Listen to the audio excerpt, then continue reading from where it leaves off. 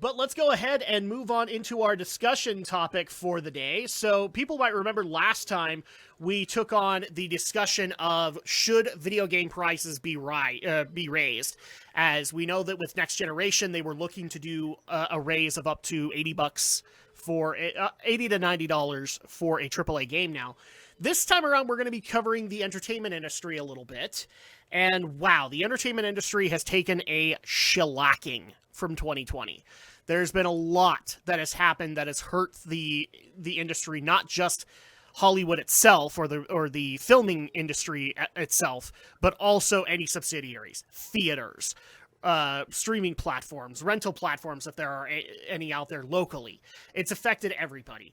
And so at that point, the first question that I want to bring up with this one is, do we think the way that Hollywood as we've known it for the last, let's just say 10 to 50 years, like the studio system as we've known it, do we see that the entertainment industry can continue to survive post-pandemic the way that it is?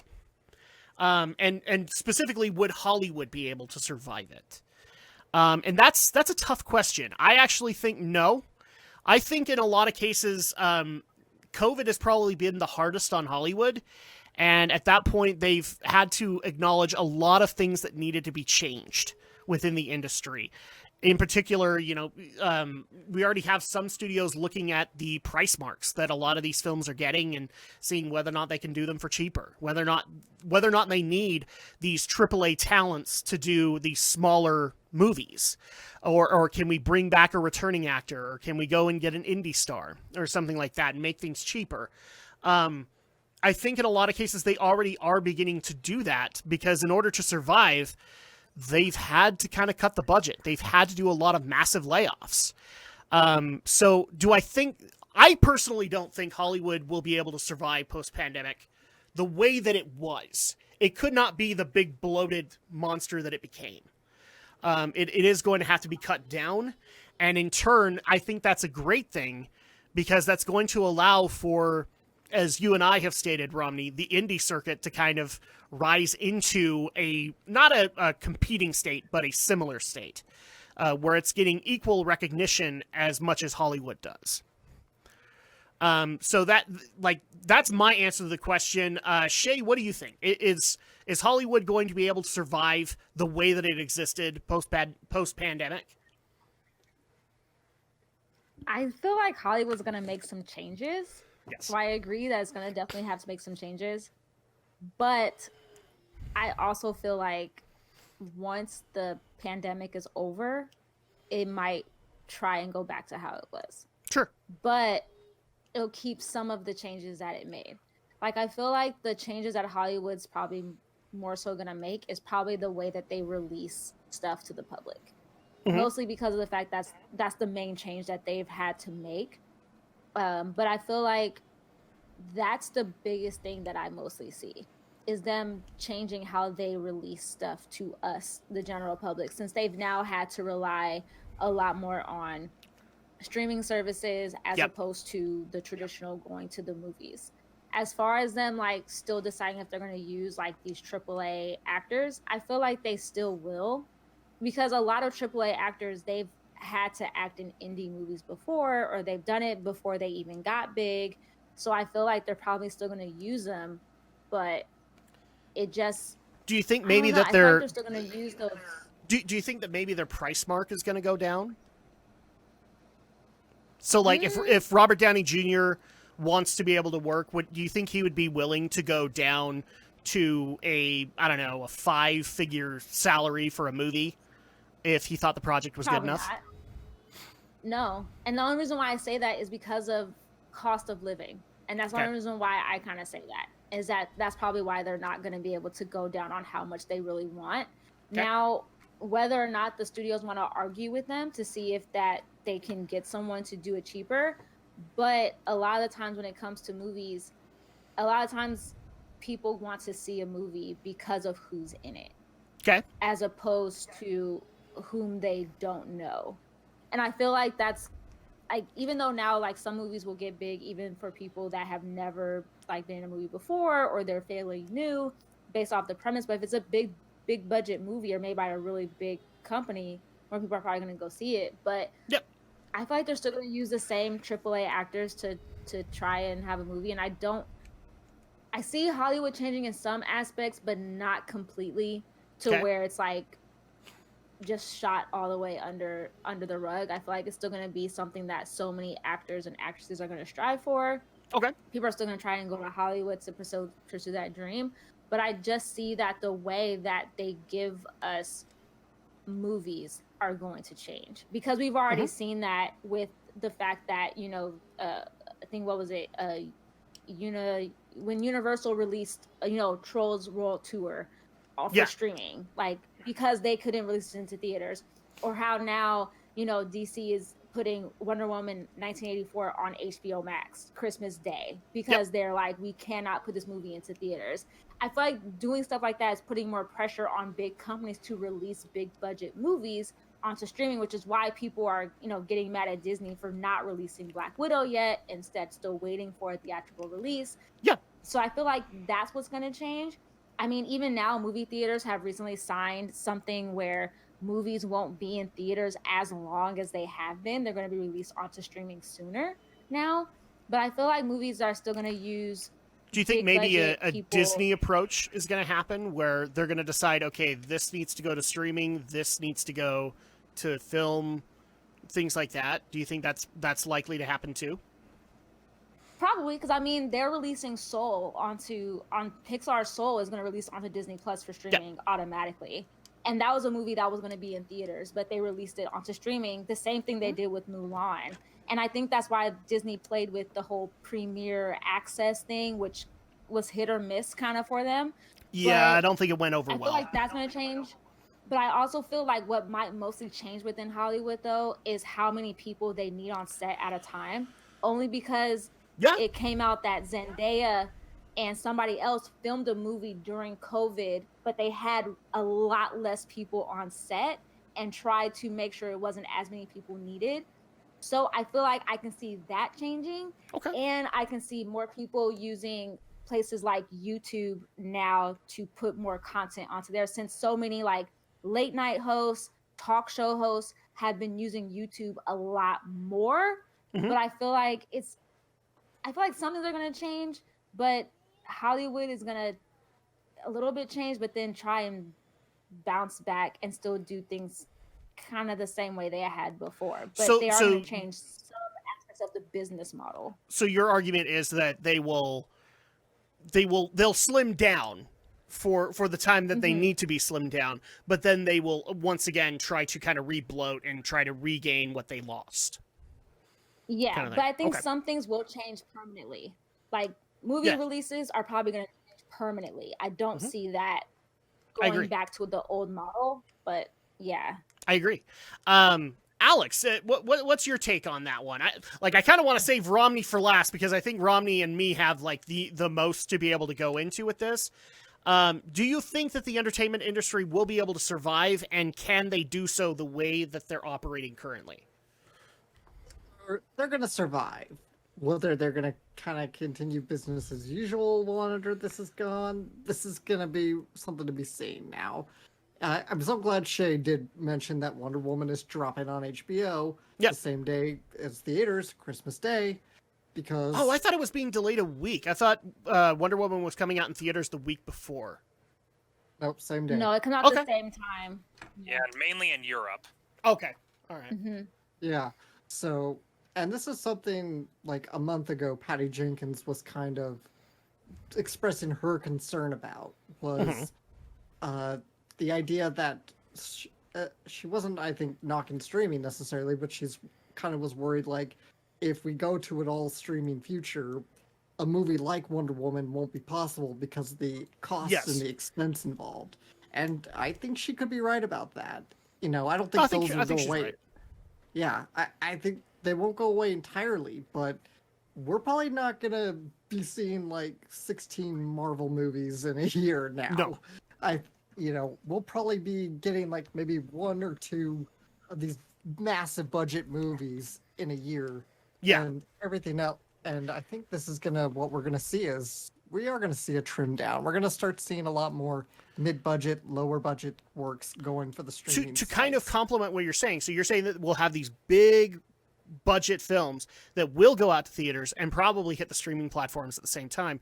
Could we also say that maybe to counterbalance the 60, because you were saying like 16 different Marvel films, maybe instead you get like 3 or 4 smaller projects that only go to Disney Plus during that time to test the Yes. waters? Yes, I think Okay. that's what we're going to see. All right. Anything that might be big budgeted, and this has been something that I think even Spielberg and George Lucas and James Cameron have kind of tapped in a few years ago. Like, it's going to get to the point where going to the movie theater is more like going out to a Broadway show, going Yep. out to the symphony. It's going to be a lot more expensive, and it's going to be a lot more of a once in a special occasion kind of deal. I agree. And all the smaller stuff that we would have gone to the theaters 20, 30, 40 years ago, those are going to be on the streaming sites now. Okay.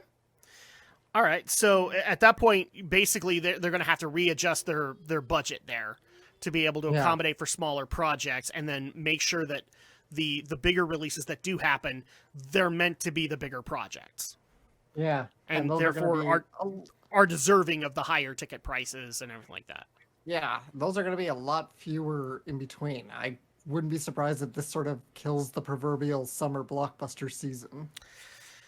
Yeah. But it's hard because streaming has gotten a lot more recognition nowadays. Like the fact that now you see Netflix shows now being nominated for like Oscars, being nominated for so many awards. Yeah. Now it's like Great. I can still see them doing big budget films and releasing them onto streaming services. Yeah. Because Right. they're still getting a lot of recognition. And I think you're right. And I think those are going to be something that's going to be they're still going to be big budgets comparatively, but I think they're going to be in the more tens of millions as opposed to the hundreds of millions. Like your average Marvel movie is going to cost in the high 100 millions, where something more modest, just the last weekend I watched on Showtime the Comey Rule, which had Jeff Daniels and quite a few other pretty well-known actors on it. Mhm. I'm assuming that's probably this is an offhand guess. Okay, I'm guessing that's somewhere in like maybe the 40, 50 million, 60 million range there to make something like that. So that's what I'm gonna see is gonna most likely be dropping more on streaming. Is you're But what gonna if- see those more 10 million and up projects, and the 100 high millions are gonna go to theaters. Okay. But what about paying for it though? Because now, even though some stuff might go to streaming, some stuff goes to like iTunes, where you have to pay for it to actually have. They'll have to pay to definitely rent, have to assess pay to that. buy it, instead of it going straight to like a free streaming service like Netflix or Yeah. something where you have a subscription and you pay for it. Because that's how Trolls World Tour made so much money, was because parents were buying it and renting it for their kids, and so Yeah. they made more money streaming it by them buying it through iTunes rather than them going to theaters. So Yeah. I see theaters kind of like not really existing, because if people are like, why would I pay 30, 40 bucks, 50 bucks to go see this in the theaters when, in 6 weeks I can get it on iTunes and rent it or buy it completely for $20 Yeah. and it's Yeah. fine. And again, that's a good point. The Trolls World Tour, again, not a super expensive movie, which is what I'm getting at. I'm thinking like your high, like the type of movies I'm talking about are gonna keep the theaters theoretically alive are gonna be those real big budget extravaganzas, Yeah. and that's what I'm What saying. about Fast and the Furious?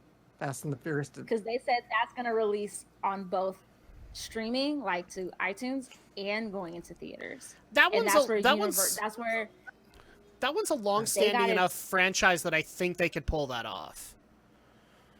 Yeah. I think that wouldn't. I don't think that would be harmed in that regard, because they keep on. What is it, like 3 more movies until the epic finale of it?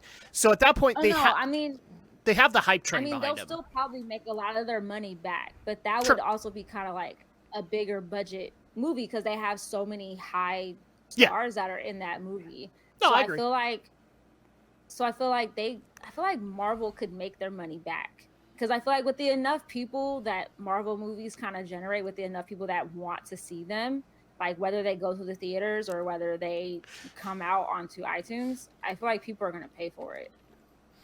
All right. It just unfortunately we don't know too much because we don't know. They don't really share a lot of the numbers. So I think you got a good point here. It's sort of like I know a lot of people were like, I'm not paying money for Mulan. I'll wait till it's free on Disney Plus. So, but I think you could be right. So I think we'll wait and see. Okay. Romney, your take on will Hollywood be able to be the same post-pandemic? Well, in terms of them surviving, like Alex said, they will survive, but there are going to be a lot of massive changes, especially as streaming and specifically video-on-demand services and premium video-on-demand services start to become the norm with distributing a lot of these higher-profile ideas, especially when you look at upcoming stuff like the Marvel Disney Plus series now diverting more of the focus as opposed to the huge tentpole films coming into theaters. That's probably going to be the way the market is going to shift in terms of, well, bolstering their coffers and basically producing these huge AAA projects. Yeah. And so there's definitely going to be a lot of changes the way things are done, especially considering, given that with COVID specifically, the soonest that things would start to go back to normal would probably be fall of next year, because like looking at like what's going on with the vaccine, July is probably the earliest that the general public would start getting access to the vaccine. And even then, it's not like, oh, they can get vaccinated and then it's all back to normal. No, because you got one shot, then you have to get the second injection about 4 weeks later, and then it takes another week after that for it to go into effect. And so you're then going to have the slow rollback of a lot of these regulations in place to keep people safe. And so that's going to affect what films are going to get made. Agreed. For at least the next year. And especially as we've seen with certain TV shows and films that were already in production when COVID started becoming a real threat. I mean, most notably, most recently, we've had what has emerged as a result of the finale of Supernatural, and naturally the way everybody's reacted to it, as well as what they had to do in order to make it. That is definitely going to be a factor. I know another more recent example is that for the upcoming Robert Pattinson Batman film, Matt Reeves, the director, has been having to give direction to actors over Zoom. And that's how because they've had how many times their film's been shut down? Like 3 times. And 2 of them were Robert Pattinson. So yeah, and especially it's a case where there have been films that have been shut down.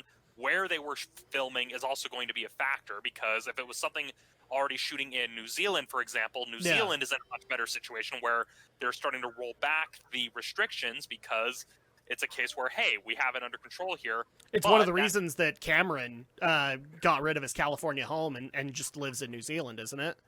Because it's cheaper for him to live there. Yeah, but that also raises the other factor of, like people have mentioned, bringing these high-profile actors from outside of New Zealand, given that there are travel advisories for the United States, for China, for Europe, and all these places. If you're making a movie, that's going to eat into your budget in terms of flying the actor to where you're filming, having to then pay for them to be able to quarantine for the necessary amount of time before the country will let them actually do what they need to do, as well as having the extra stuff you're having to pay for in order to make sure you're able to shoot these scenes safely.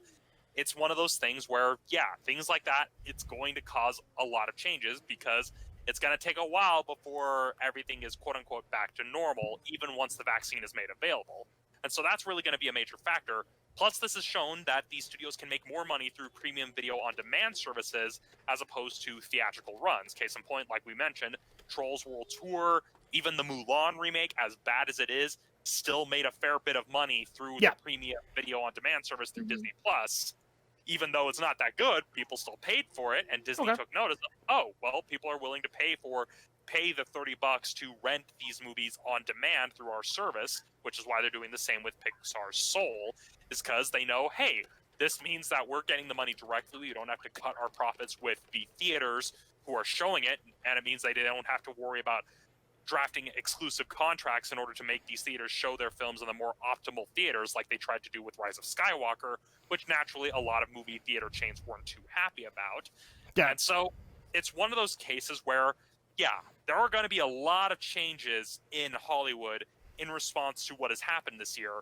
Although Hollywood as an industry will survive, it's not going to be in the same way. They're going to have adapted. They're going to be making a lot of changes. And this might be a bit more optimistic on my part, but I can also definitely see studios taking more of an interest in things like animation and Yes. CGI, because those are things you can make without having to worry about social distancing the actors. I mean, people can record voiceover from home. It's Well, one in of those some of the things- projects that they are looking into, they're now assessing whether or not they can be animation projects instead. Yeah, and especially when you look at what some 3D engines are capable of now. Yeah. I mean, to bring back things to the RE engine, I can definitely see Capcom, if they were wanting to be opportunistic, thinking, okay, you want to use our engine to create these 3D models? Okay, major Hollywood studio, you can pay us a license to use the RE engine to create these 3D models. Not saying they necessarily need to, but it's kind of a case of where we're kind of getting to the point where we're starting to get to the other side of that uncanny valley. We're not quite there yet, and there's still a lot of polish you need to do in order to make 3D CG movies get past that. But considering the works of films like Kingsglaive, as well as Appleseed... Yeah, there are ways to be able to do it and still make it look as realistic as it needs to be. Yeah, and that's the key thing, as it needs to be. It doesn't necessarily have to look exactly like this, like it's live action. If you just get it to a point where things look consistently across the board, you can actually do a fair bit. And even if you're using motion capture, if you capture the facial animation stuff separately from the physical action stuff, that's also something that can be done safely with a lot of these COVID precautions in place. And so I can see Hollywood studios, if they're wanting to, crank out more films, I can definitely see them going more the animation route, thinking, okay, let's maybe fund a limited animated series that we distribute on our proprietary streaming services, like we're seeing with, Raya and the Last Dragon on Disney+. We're also seeing that with the upcoming Adventure Time spin-off. I think it's already come out now that they released on HBO Max, as well as, Netflix, producing multiple exclusive animated shows on their own. Though that's the direction I kind of see the market going, and in terms of going more towards the at-home streaming model, more people watching content on their own terms, and I can definitely see theaters going the way of things like symphonic concerts of, okay, you're wanting the more prestigious experience of going to a theater. I don't necessarily see them going back to the days of, you got to wear a suit and be all fancy, but I can see them going the route of, here's a very limited engagement. But in my opinion, and we'll address this on another discussion too, because I think it warrants it. Theaters are going to have to change a lot in order to be able to, because they're going to have, I agree with you, they're going to have to cater to a more formal audience, but also a little bit more of a casual audience than they're used to.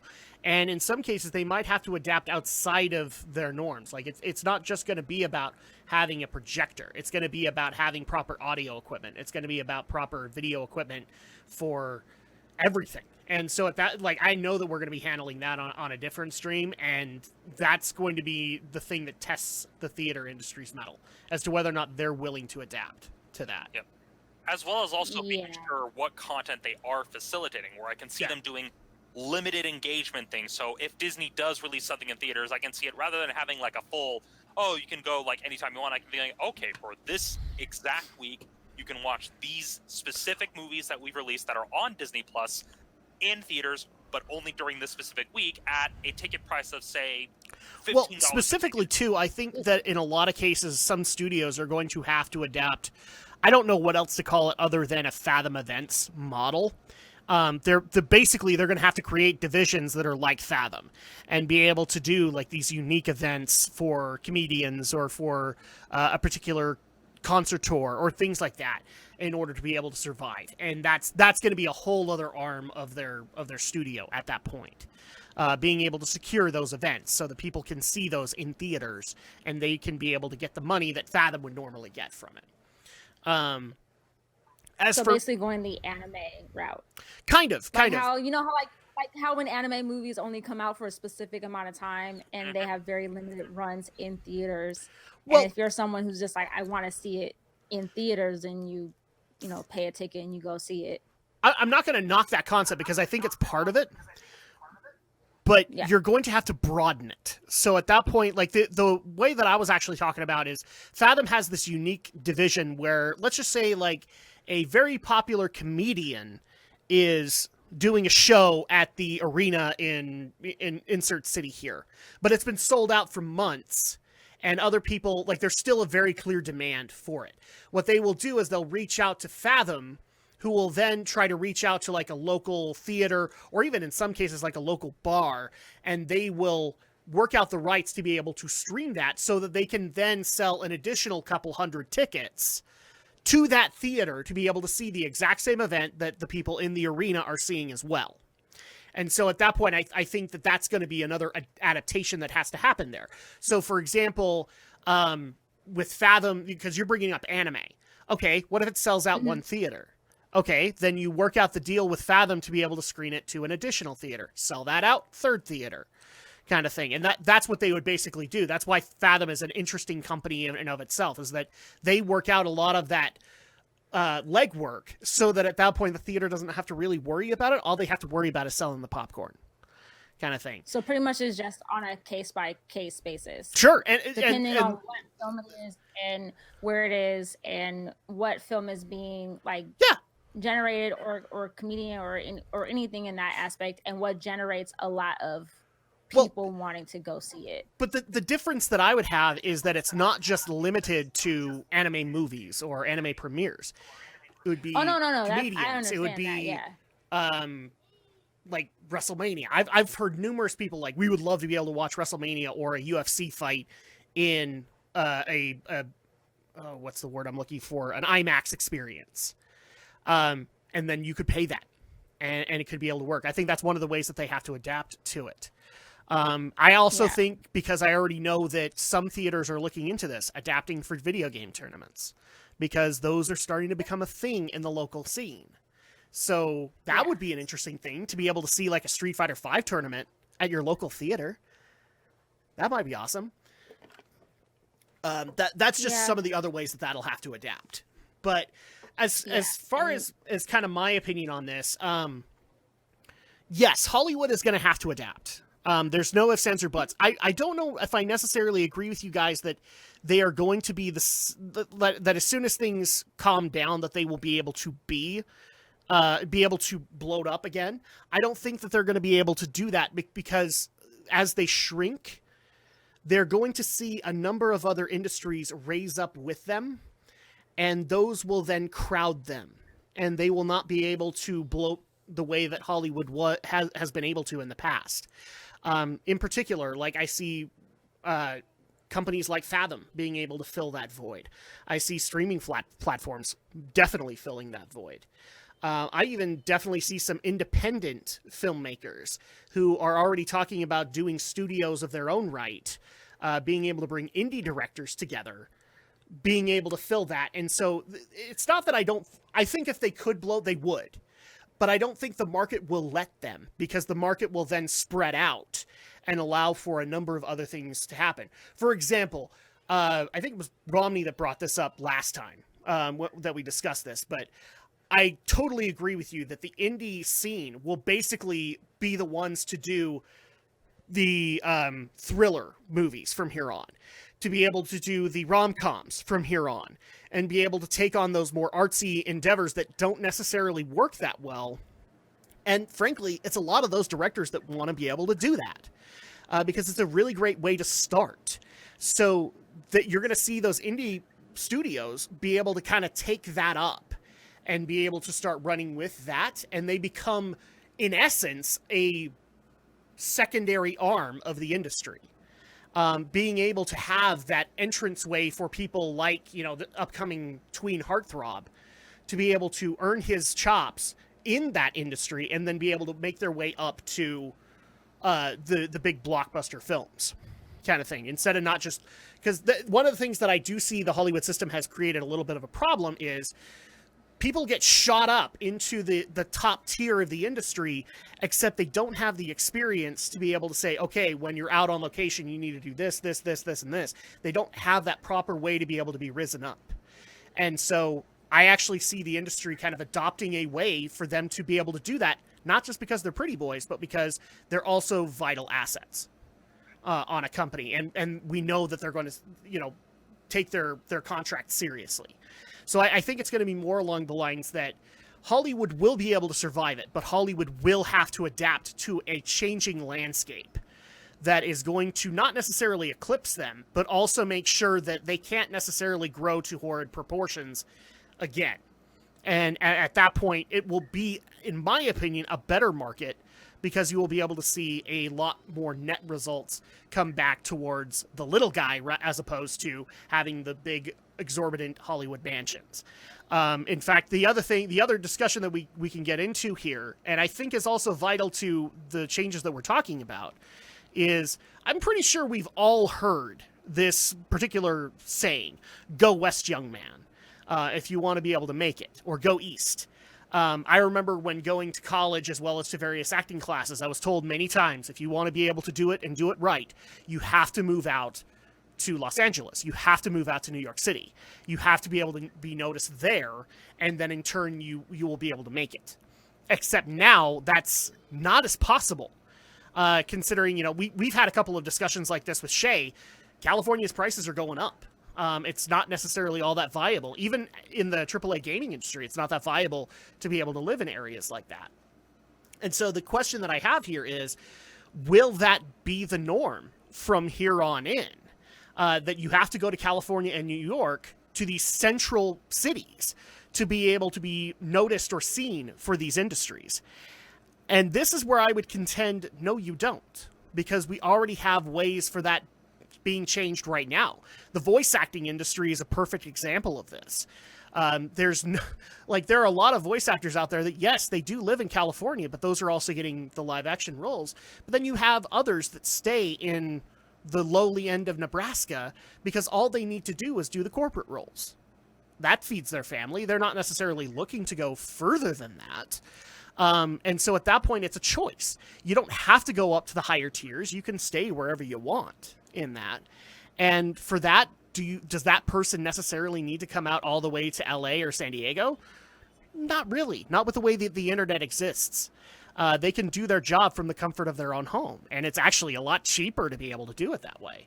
Because the markets in their respective towns aren't as expensive as, say, the music stores in New York to be able to get the adequate amount of quality gear to be able to do it. So let's go ahead and go backwards this time. Romney, do you think that California and New York will continue to be those central hubs in the coming years to be able to get noticed?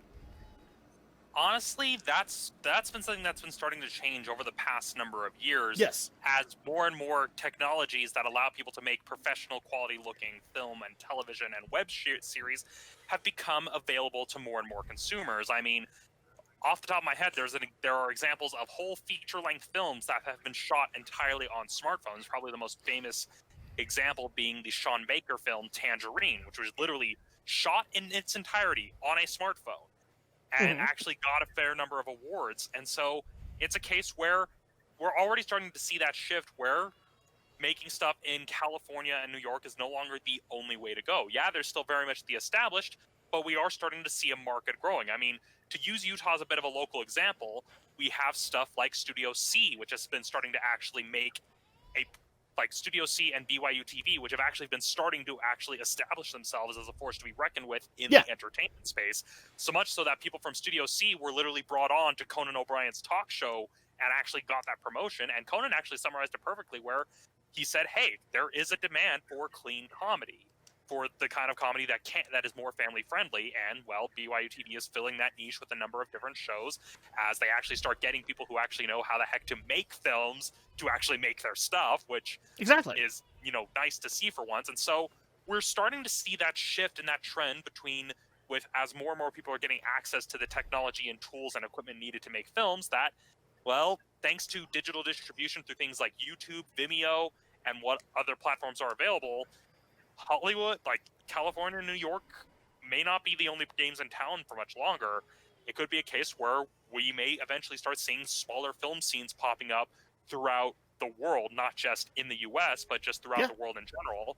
I mean, we've already kind of seen early trends of this, considering the number of films that have been coming out of places like Nigeria, as well as film scenes that have been coming out of places like Thailand and Canada that are starting to get national prominence and international prominence. And so with Hollywood and New York, they'll still be around for quite a bit because there will still be some mainstays, and the companies, that's where they're still based. It takes a lot of effort to move these companies to areas that are not as expensive to live in, but we have been seeing a trend with game companies moving to places like here in Utah because of the cost of living being lower. I mean, we literally have one of the major EA divisions here in Utah for that very reason, because it was cheaper to make games here in Utah than it was to make games in California. Yeah, which I'm very happy about, because like a lot of these state areas, like Utah in particular, Colorado, Arizona, New Mexico, I even think Nebraska, have been making pitches to AAA companies for years.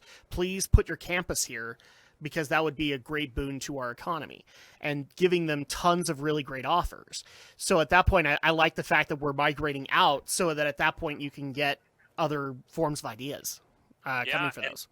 Yeah, and that's kind of probably going to be the major thing, is that as technology develops, we're going to start just basically seeing it where, hey, we could, try to pitch this to a very expensive, very prominent studio in California, or, well, we could just, rent the equipment ourselves from a place like Redmond Pictures and Films here in Utah, and just make a film on our own, try our hand at the festival circuit, which, again, not much of a guarantee, or alternately just selling it on our own through services like Vimeo or YouTube, where we upload some clips and think, hey, you want to see the full film? Here's our website where you can have us send you a DVD. Well, and what's even cooler about that, too, is that it's actually become a lot cheaper to be able to do that, to be able to get your indie film into various theaters. I remember seeing a lot of discussion from James Rolfe on this when he was trying to do the AVGN movie, how expensive it was previously for some of his horror movies to be able to do those film festivals, and how cheaply he was able to do it years later with the Angry Video Game Nerd movie. And that's already very optimistic, because that allows for up-and-coming directors to be able to get a highlight as well,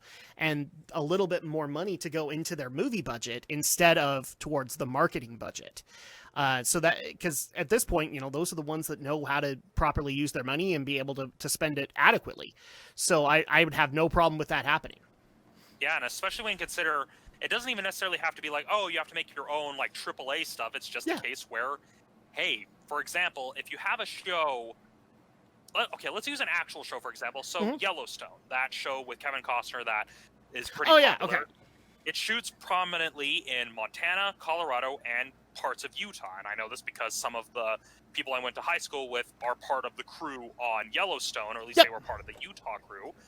And so it's a case of, if you're shooting a series that recalls for a lot of locations in a given area, it might just be more cost effective to think, okay, well, let's just set up our own studio in this area where we're shooting all the time. That way we're not having to go back and forth between California to Utah or California to Montana. Let's just set up our own shop here. That way we're just within driving distance of these locations we used all the time. And that I can see being a more feasible thing. I mean, that's kind of what Robert Redford did when he founded Sundance, was like, hey, this state has a lot of really beautiful locations. I'm going to set up shop here, one, to protect the locations, and two, to kind of facilitate it so that way we're not having to constantly bring stuff from California to these locations. Yeah. Granted, it still happens, but it's one of those cases where it kind of cuts out the middleman. That's why you see outfits like Redmond popping up thinking, hey, well, we could just continue. Like, they kind of started expanding beyond just renting to just film companies. They're now starting to actually rent to just regular people who want to use their equipment in their facilities and their staff members to help make movies, because they realize, hey, it's like there's money to be made, and we're not having to wait until somebody comes to town to rent our stuff. Exactly. And really quick, because I can already see a few people kind of going off in this direction. I am not knocking people who want to be able to do this in California. What I'm basically saying in this argument is that instead of having the old adage of like, you have to come to one area, you have to come here, that's the only place you get noticed. With the internet, that's not necessarily all that viable. Do I think that California is still going to be a place to be able to get into these film industries? Sure, absolutely it will be. But now it won't be such an essential thing for you to basically trek across the country to be able to do that. There will be other ways to be able to get you noticed. And that's where the pluses come in, is that you don't have to worry about these huge treks that can then basically bankrupt you. And then at that point, you have to go back to your hometown anyway. So, I mean, I'm not saying that all of a sudden everything is just going to go away in California and New York. Absolutely not. You might still have some studio hubs that exist there, but you will also have studio hubs exist in other states. We're already seeing that in anime voice acting, where Texas is becoming a bigger hub to be able to go and get access to. Even some studios are getting set up in, where was it? I want to say it was Oklahoma or Colorado, one of the two of them, where you're starting to actually see smaller studios getting accommodated for actors that live out there to be able to do their voice acting stuff. In fact, that's another thing I see that will also adapt in this industry is the studio system has always been relegated to parts of New York and parts of California, with fewer studio areas existing throughout the states. But now, a friend of mine actually came up with this idea, and I'll bring it up to you guys, basically creating what he calls a studio farm. And what that basically is that it is a studio building with a bunch of cubicle areas, because as a YouTuber, how many times do you really wish you just had somewhere you could go that had the cool cameras, that had the cool mics, and all you had to do was rent them to be able to use them, and you could do that cheaply. And that's the idea, basically, is that he creates a bunch of areas for people to live stream from and people to do their YouTube videos from. And all you have to do is pay the rental fee, and they'll provide you with the mics and the cameras that you need, and you can set them up how you want. Yeah, I mean, that technically already exists when you look in places like London, because Yeah. you've got places like Pinewood Studios. Which it blows my mind it's never existed here. Well, and again, we may be starting to see that as we're seeing that people may get the idea of, hey, maybe let's start setting up like these soundstage and studio areas that these productions that come through Utah or come through these states can use. That way they're not having to say shoot on location, then haul everything back, including the talent, all the way back to where the main studio is in order to shoot these important these soundstage stuff. Again, I mean, that's why most of Star Wars, at least the original trilogy, was shot in England using sound stages that were also used for James Bond films and also used for a lot of these other films. I mean, that's something that you already see in countries like Japan, London, and England, and a lot of these other places.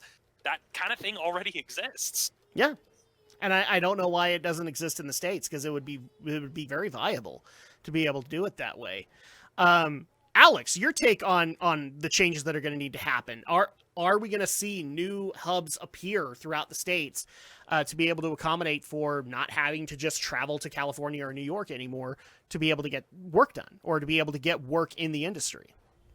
Certainly hope so, and I think that's something that needs to happen. I think, it's been a mistake to bundle so much of everything in just two small locations, as COVID has shown, because, well, as this whole pandemic has shown, every state's had their own different takes and their own different restrictions in place. Some have gone into full lockdown modes, others have been a little less restrictive. So, I think if you branch out, then you're more prepared for for such emergencies, whether it's a pandemic, whether it's a natural disaster like a big earthquake, because hell, Los Angeles is going to be due for one in a year now.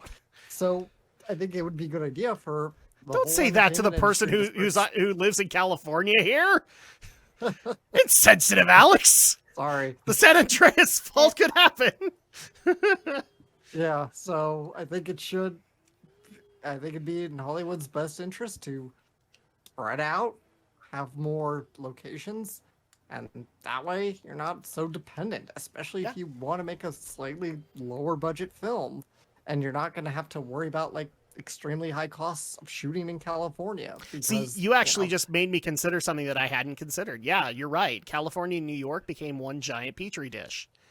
And so at that point, it actually would be better to be able to have separate studios so that if a virus is going to affect things, it doesn't affect things as widespread. Yeah. That actually is a great thing. And even just besides major things like that, it's like I said, just the cost of shooting in certain locations. If you want to do on-location shooting, how much money does it cost to probably close down a few streets in LA? That can't be cheap, right? Versus coming out here to Ogden, Utah, or wherever and closing a few streets here. It's probably going to be a hell of a lot cheaper if you want to do effective and quick location shooting and not have it eat up half your budget. Yeah. Especially when you consider that CGI makes it really, really easy to turn one city into another. I mean, that's why there's so many shows shot in Vancouver. So you could shoot something in Ogden, Utah, but with enough CGI wizardry, you can easily make Ogden, Utah look like downtown LA, or make it look like, well, and even then, green screen resources have doubled or even tripled since I want to say the late 2000s, where you could be anywhere you want to be, and it's not so generalized. You can put yourself wherever. Yeah, and even then, it really depends on how important a location is to the story you're telling. Yeah. You could say, for the sake of example, have shooting a police procedural. Like, say, if out of the blue I wanted to make my own knockoff of Law & Order, I could just use various cities here in Utah, but then with both CGI as well as writing, I could basically set the episodes wherever the hell I want the episode to be set in, unless, with the only exceptions being like, okay, well, say I needed to set an episode in Chicago and I needed to have a scene, that giant reflective bean, then yeah, that might be a bit difficult. Not impossible, just a bit difficult. But that's just kind of how it is that unless you're making a show or a film where the location requires very specific scenery, then you can pretty much shoot in a city and have it just be a random fictional town in the middle of nowhere. I mean, yeah, that's basically what Twin Peaks did. Hell, that's even what the Twilight films did. Pretty much. Shay, your take on this situation. I know a lot of this is sounding like we're ragging on California, but that I don't want that to be the case, because frankly, I want California YouTubers to still exist. Why not? Like, let's all be able to work together to be able to do this. I just think it's actually a really great idea to expand and allow for media to be able to be done in not just the coastal cities, but also in the middle of, wherever, Nebraska. I say yes and no. And Okay. The reason why I say yes or no is because I feel like California and New York are probably going to still always be those hubs where people go to get noticed. And I think it just depends on how noticed are you trying to get based on the individual, and also what kind of content are you trying to create, or what kind of content are you trying to be in. Do I feel like studios should branch out and make studios in other places? Yeah, because that's how you get jobs into those other places, those other states, without having people feeling like they have to travel to California or New York just to get those jobs. Hence why studios have been made in places like Atlanta, Georgia, because Atlanta, Georgia is used a lot in a lot of places where they want to film at.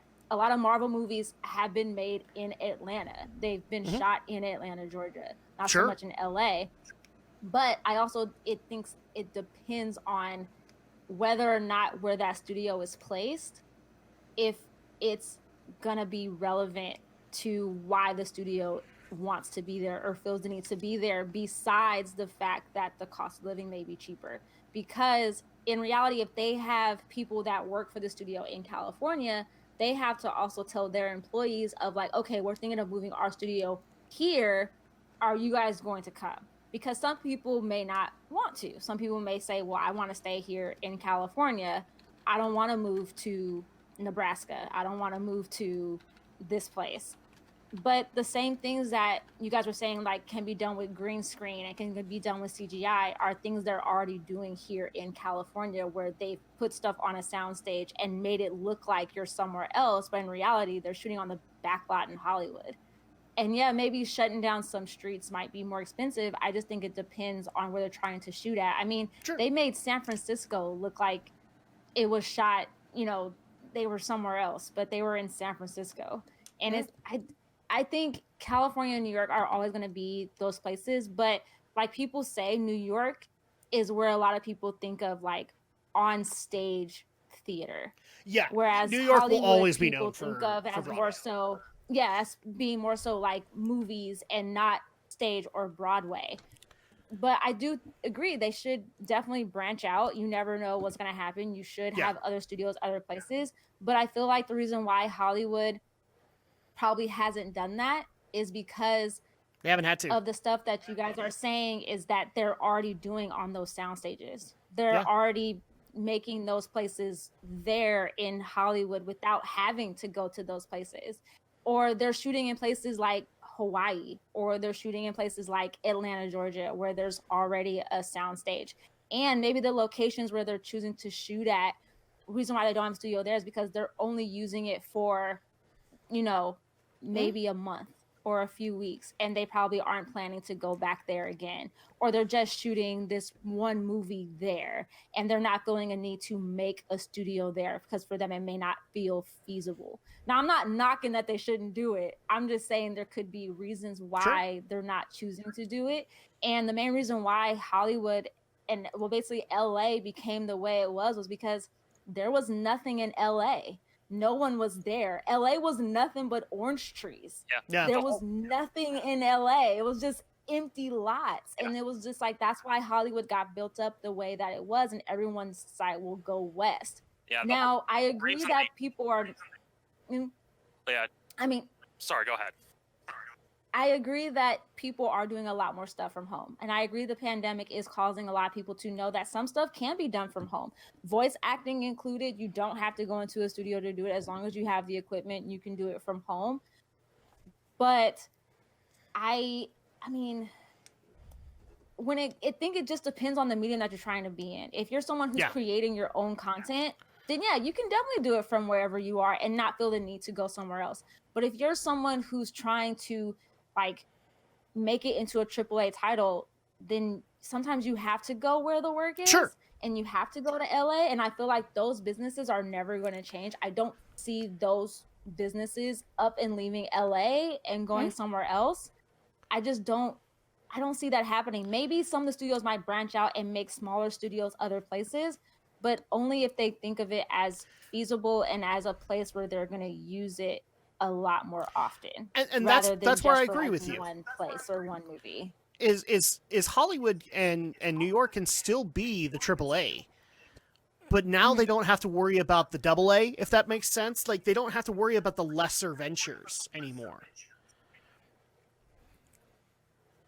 You know, they could still be the AAA effort, and it would still work to their benefit, but then you could also do the indie work in other states instead of having to worry about, okay, do we have to reserve this downstage, or do we have to reserve, you know, this particular area that we know is going to get a lot of foot traffic for Marvel films and things like that.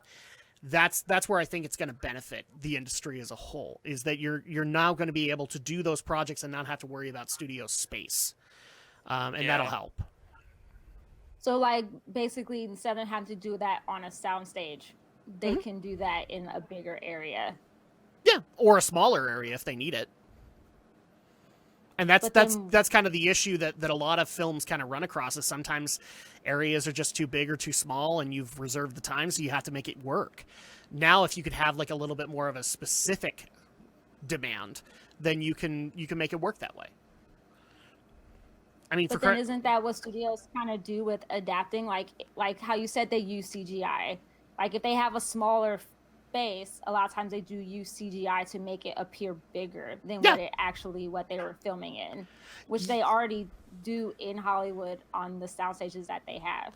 Yes, and so at that point, what I'm saying is, where it's made to look bigger, some of those areas are like fractions of the actual soundstage that Hollywood works on. Now you can make a studio like that is inherently smaller, but you can make it in Northern California, or you can make it in Oregon, and be able to have still the same effect. And at that point, since it's less space, it's cheaper. But then wouldn't they still spend more money getting the people they need out there? Like paying the actors to fly out to that place?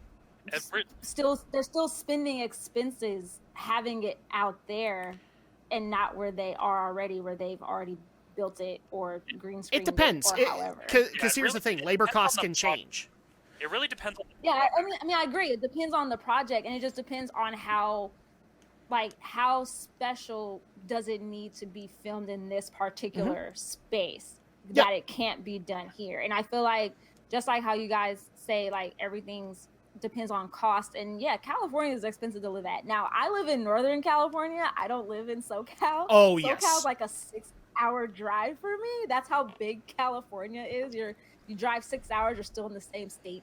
So, yeah. I mean, and it's hard because even in California, we still have a lot of untapped space Uh-huh. in California for places to even branch out. I mean, houses here in California are being built on every bit of land that's found because we do have a lot of people that live here. Yep. But it's also the same way that Hollywood is still finding more and more space.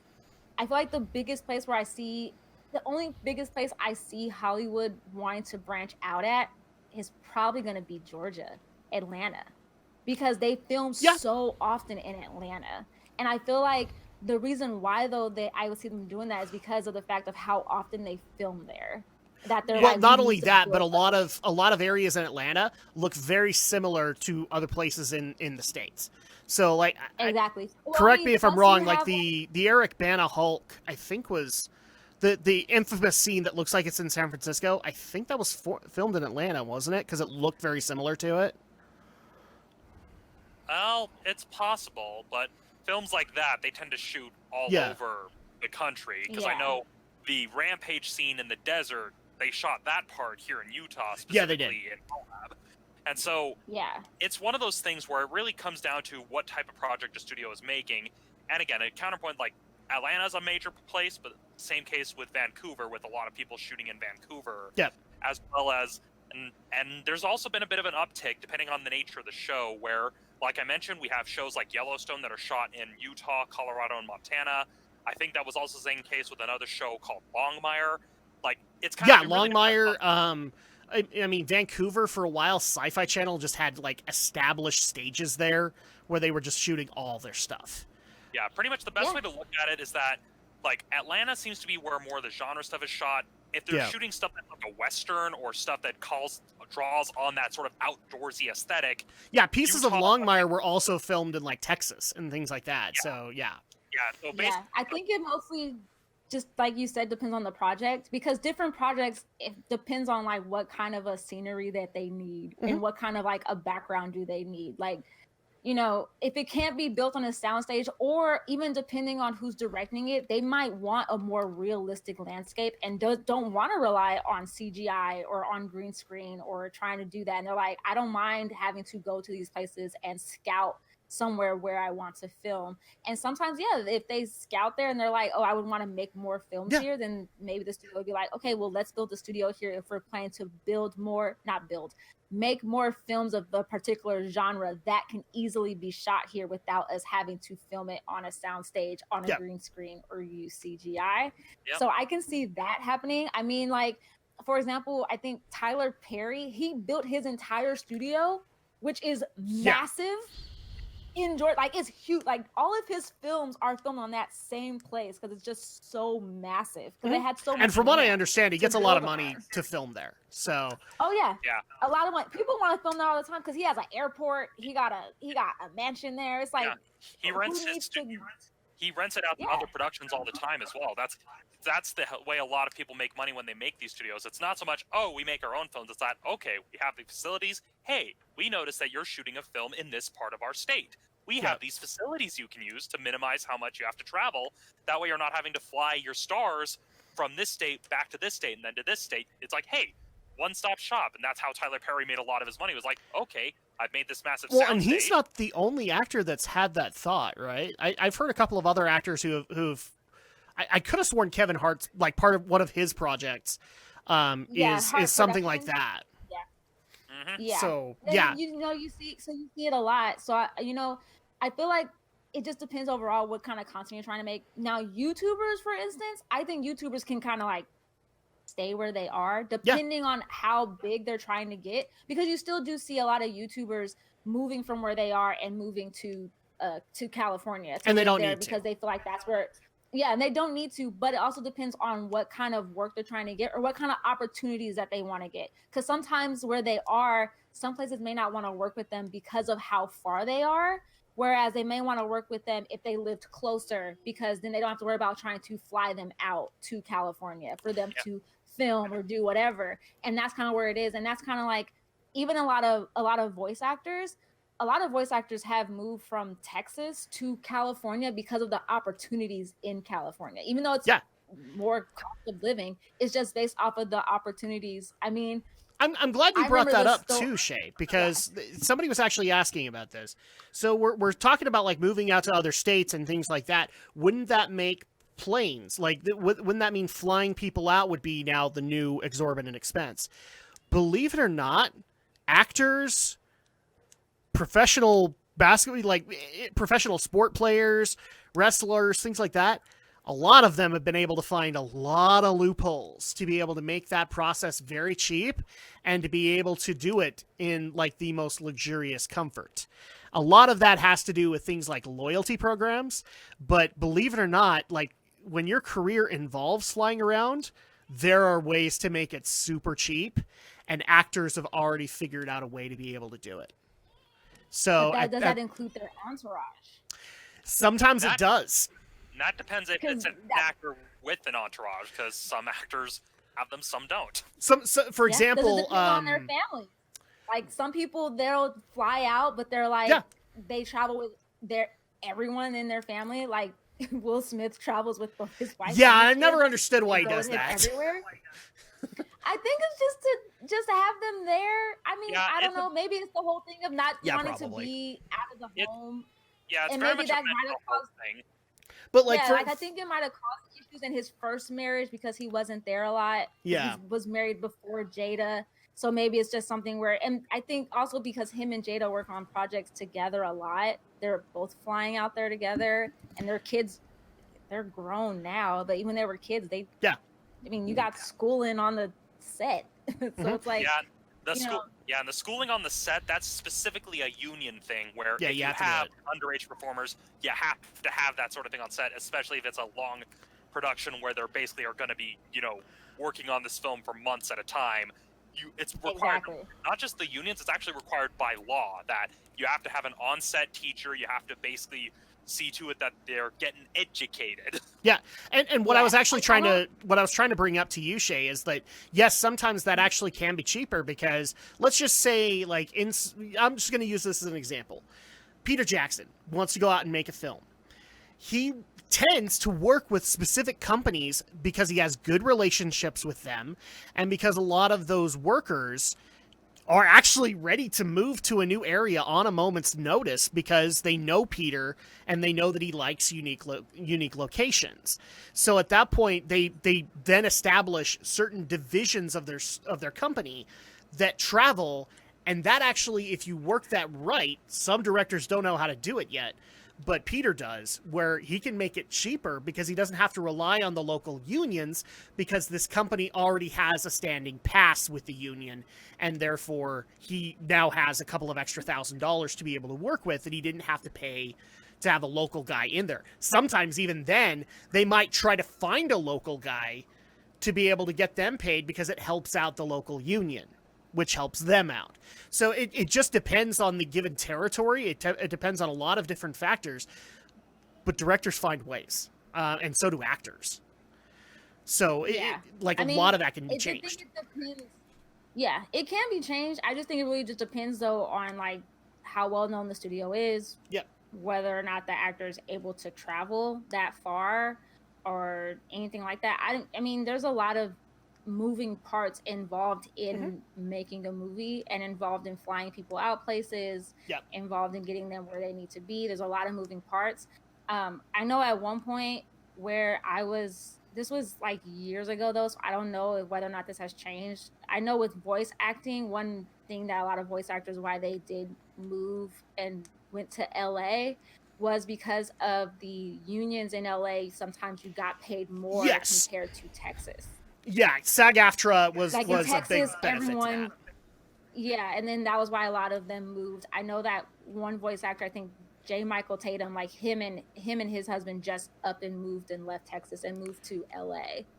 And I know a lot of voice actors, Funimation, have like some of them have moved out of Texas, moved to LA for other opportunities due to sometimes the money and the fact that there's a union, so they're able to get paid more or less depending on what they're working on. Exactly. Whereas I think in Texas, everyone was just paid the exact same rate no matter what role you had.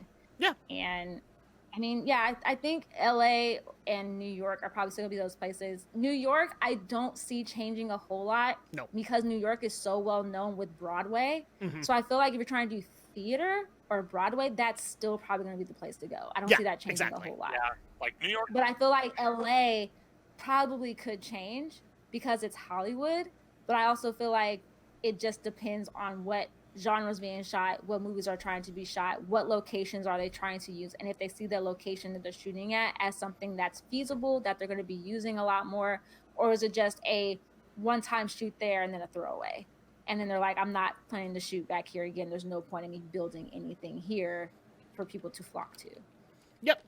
All right. Well, unfortunately, I got to kind of narrow this down because we're having an amazing discussion here, but we also have to be worried about people's bedtimes. So at that point, and unfortunately, one of us has to get up like stupid levels of early, but I love what's been discussed here. And it actually has made me consider like opening this up even more. And we can discuss this later on too, because a lot of this stuff is not going to change overnight. And we can actually, I don't know, heaven forbid, observe the changes and see whether or not they will actually be good or bad. And so at that point, I love what's happening here. And actually, I think it was a great thing to be able to bring in somebody who lives in one of those states and sees how it's been changed, to be able to give her insight here. It's actually been really beneficial. So.